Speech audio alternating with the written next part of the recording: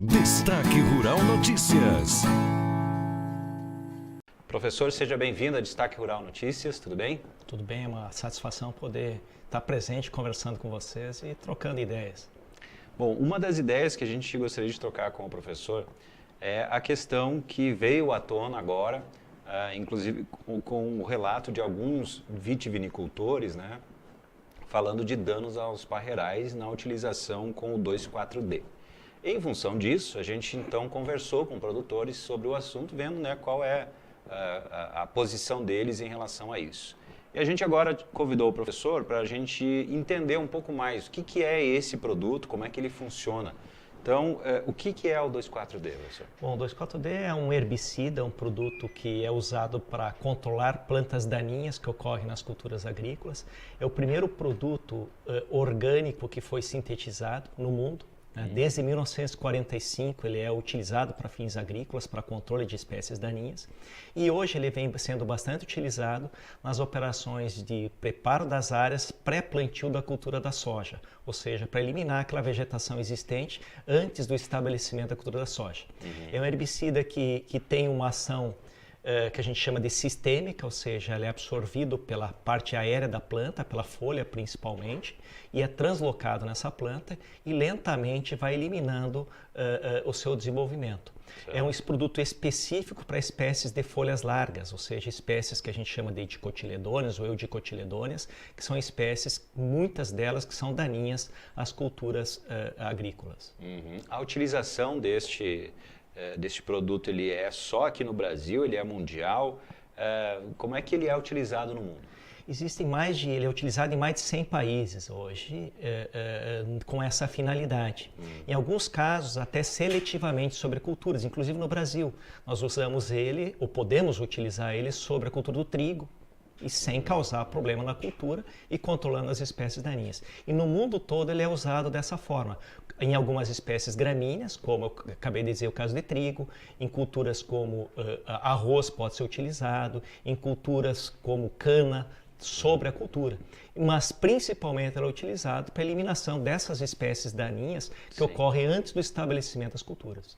Então significa que ele já é de ampla utilização e assim, ele é um produto tranquilo de ser utilizado. Ele é um produto bastante conhecido. Ele está entre os dois principais, os dois produtos que mais se tem informações sobre o seu funcionamento, sobre as suas características positivas, suas características negativas, né, dentro do ambiente agrícola. Ao longo desses anos todos, ou seja, desde o seu lançamento, nos anos 40, ele passou a algumas modificações de formulação. Nós tivemos no passado uma formulação que era inclusive usada principalmente no Rio Grande do Sul, que era uma formulação chamada de formulação éster, 2,4-D éster, que era muito volátil. O que é a volatilidade em si? É você aplicar o produto e ele ser perdido na forma de vapor. Então essa volatilidade era um dos grandes atributos negativos desse produto e que foi retirado do mercado. Hoje só existe, sendo utilizado pelo produtor, a formulação amina, que é uma formulação que é classificada quimicamente como sendo não volátil, ou seja, que tem um risco muito reduzido de sofrer perdas nessa forma de vapor. Certo. Basicamente, essas modificações que aconteceram ao longo dos anos. Bom, existem relatos então de vitivinicultores que o 2,4-D tem causado dano aos parreirais. Então, essa situação, como é que se pode explicar tecnicamente? A explicação é da seguinte forma: espécies como parreira, como macieiras, as rosáceas em geral, pessegueiros, ou espécies que têm essas características, são extremamente sensíveis a esse produto. Então, no momento que eu faço uma aplicação e por alguma razão esse produto atinge esses parreirais, os sintomas vão se manifestar rapidamente. Por quê? Porque a planta é extremamente sensível e ele tem uma ação bastante rápida nessas plantas, né? Então ele demonstra bastante o efeito. Então nesses casos, o que nós acreditamos que esteja acontecendo? Problemas na aplicação do produto. São características de aplicação dele. Eu falei antes que nós podemos ter perdas por volatilização. Essa perda na forma de vapor, ela se dá principalmente pelas características do produto, que é a característica química do produto, pressão de vapor do produto, que no caso da formulação amina é não volátil, que pode ter até potencializado para as condições do ambiente, temperatura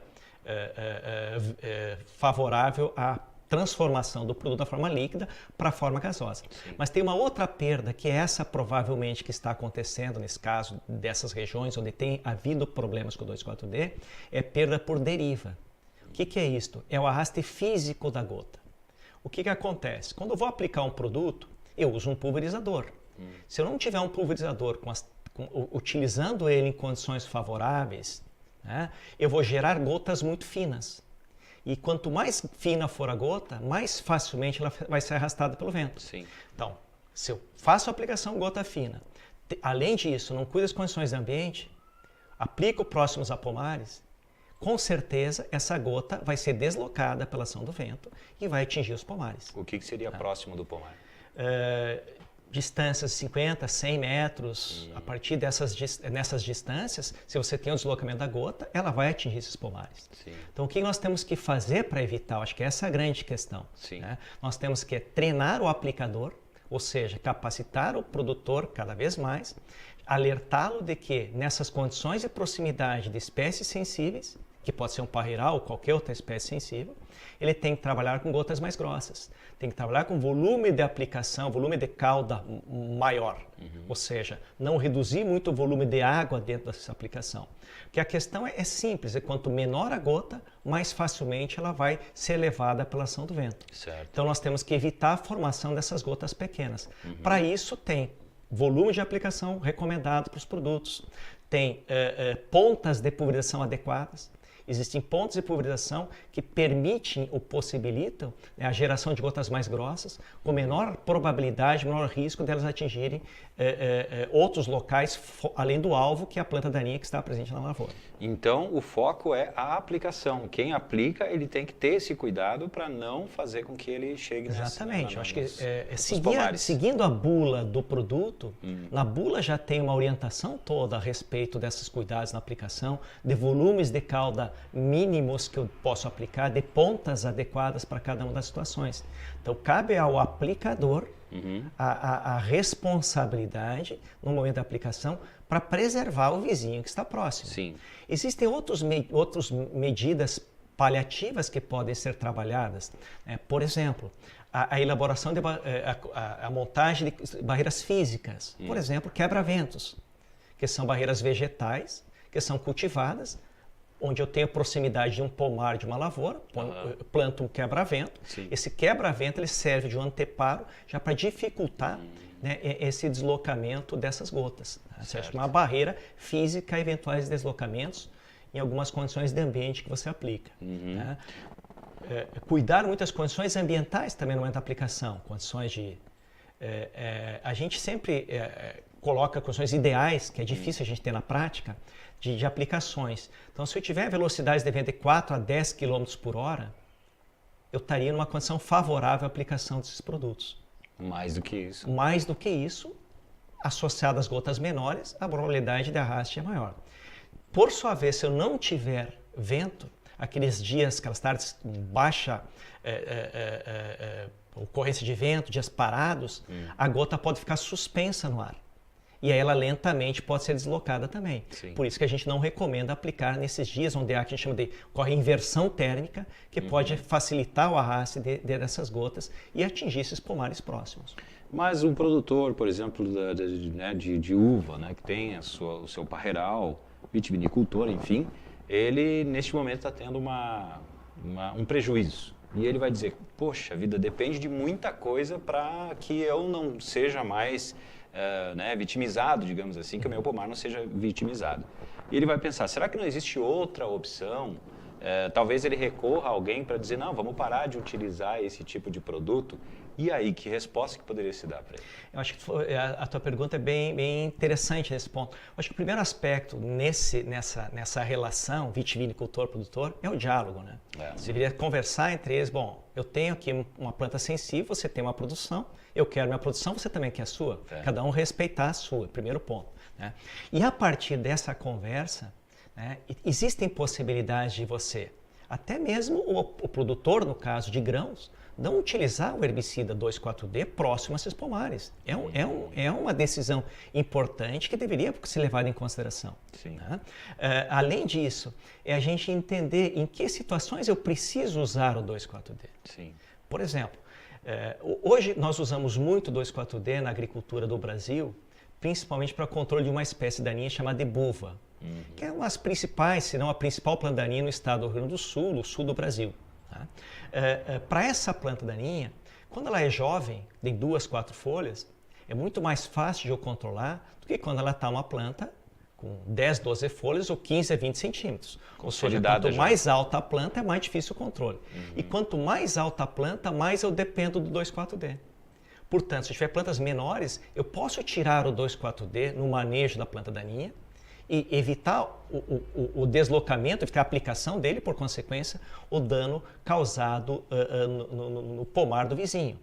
Agora, é importante também se entender que não é só o 2,4-D que pode ser levado pela ação do vento. Se eu aplicar errado qualquer outro herbicida, qualquer outro produto, ele também pode ser levado até esse pomar. Então não adianta eu tirar simplesmente o 2,4-D e continuar fazendo uma má aplicação. Sim. Porque eu posso também continuar causando problema para o meu vizinho, para o pomar do lado. Sim. Então nós temos que fazer as duas coisas. Eu acho que diminuir a utilização de produtos que têm uma maior sensibilidade, no caso no parreiral, né, por outros herbicidas, e também aperfeiçoar cada vez mais a operação de aplicação. Se nós aperfeiçoarmos essa técnica, com certeza os riscos serão muito reduzidos, né, e praticamente não se perceberá danos e poderá ser uma convivência harmônica entre esses dois sistemas produtivos. Certo. Bom, eu ia perguntar então para o professor que dica, né, ou o que diria para os produtores. Então, basicamente, esse é o diálogo para começar, né? Exatamente. Eu acho que nós vivemos hoje numa sociedade do sim e do não. Né? Em todos os aspectos, e o gaúcho é muito disso, ele é de um lado e é do outro. Muitas vezes a gente radicaliza de um lado, radicaliza do outro. Acho que é o momento da gente sentar e conversar. Não adianta eu dizer assim, eu vou continuar usando, não adianta eu dizer que vou proibir, Não, nós temos que sentar e ver o que está acontecendo. E entender o problema. E no momento que a gente entende o problema, buscar soluções. No meu modo de ver, começa tudo isso pelo diálogo.